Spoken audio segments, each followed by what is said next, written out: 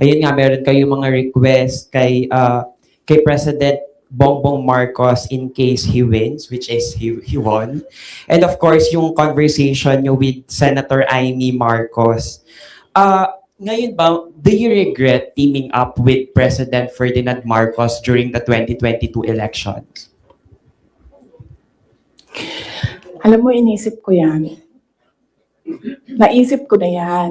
And then naisip ko kasi, ganito, sila yung tumatakbo, diba?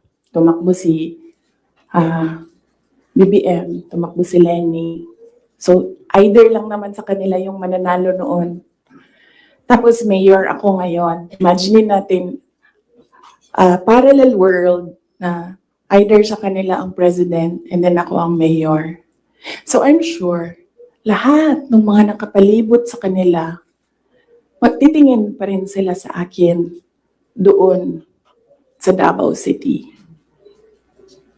Hahabulin pa rin nila ako doon sa Davao City because tinitingnan nila yung mga nakapalibot sa kanila, wala na yan silang pakialam kasi president na sila, diba? Pero yung mga nakapalibot sa kanila may pakialam kasi sila yung tumitingin ng future, sila yung tumitingin ng 2028. And then, meron akong realization yan because ang nagsabi sa akin yan, si former Senate President Manny Villar, sabi niya, wala kang kawala dyan. Saan ka man magtago, saan ka man pumunta, hahabulin ka nila kasi tinitingnan nila ang 2028. So,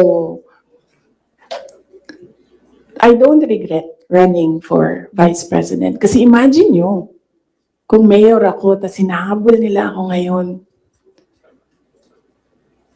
Diba? Napakadali nila ako i-suspend. Napakadali nila ako kasuhan. Napakadali nila ako tanggalin sa pwesto as mayor. Ngayon, hindi nila ako matanggal.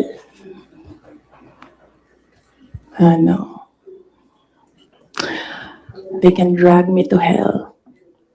Pagdating nila dun, ako pa rin yung presidente ng impyerno.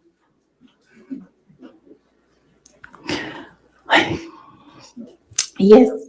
Yes.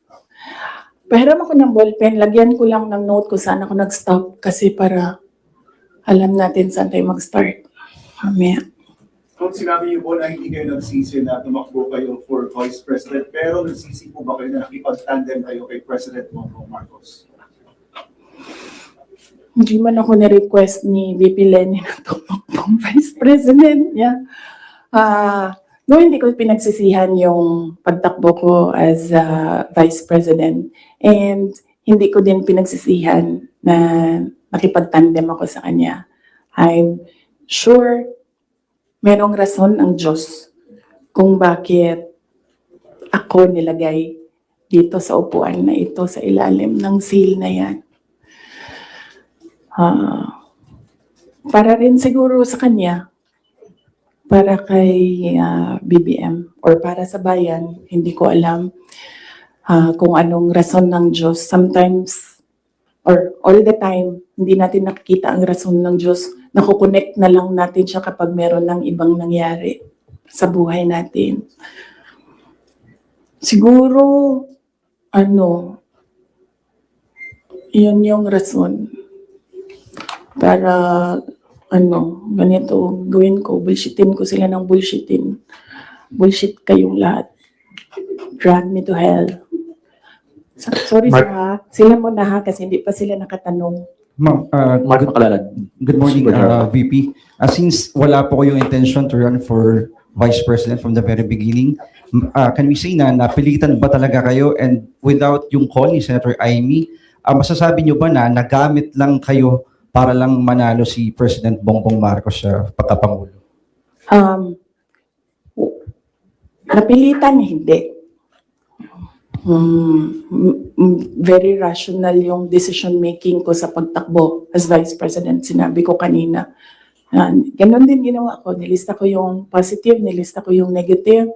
Nandun yung positive, sinabihan ko yung pamilya ko, tell me the negatives. So, ano yung isang tanong? Nagamit. Yes. Clear naman yun. Tinanong ko, bakit ako? And then she said, matatalo kami ni Lenny kung hindi mo dalhon ang mga Bisaya. Kaya nagbigay ako ng options. Bisaya tanan. De La Rosa, Bongo, Manny Pacquiao. And then she said na hindi kakayanin. Except for Manny Pacquiao, hindi naman siya nagsabi na hindi kakayanin. Ang sinabi lang niya, nag-refuse si Senator Manny Pacquiao. So, of course, ginamit nila ako para manalo sila. Obvious naman yun. Gusto niyo makita yung survey? Hindi ko siya dala. Pero next time dalhin ko and then pwede kayo tumingin pero hindi kayo pwede mag-picture. Ma'am, yes, ma'am. Joel, DWIZ. Yes. Ma'am, good morning. Ayong buntag, ma'am. So, tanaw ni mo, ma'am, sa tingin mo, ma'am, dapat tumakbo na lang po kayong presidente? Hindi din. Kung papabalikin ako, tatakbo kang Vice President. Lagay ko dyan. Drag me to hell. Ma'am Marlene po from Radyo sa Estranta. Here po, ma'am. Yes, ma'am. Ma'am, having said na hindi mo kasalanan na hindi marunong maging presidente, yung nakaupo ngayon, Oh. ibig sabihin ba ma'am, hindi po kayo kontento sa trabaho po ni Pangulo? Kaya nga umalis ako, di ba, sa administration. Hindi ko na gusto yung mga naririnig ko dun. Hindi ko na gusto yung mga nakikita ko dun. Kayo, kung gusto nyo ng pera, natatakot kayo, kayo lang. Huwag nyo na ako isali. The reason why, noong 2016, ito, sidebar na lang ito, hindi ito kasali, lagi tayong tatagal nito. Huwag na yan. Sige. Ay hindi.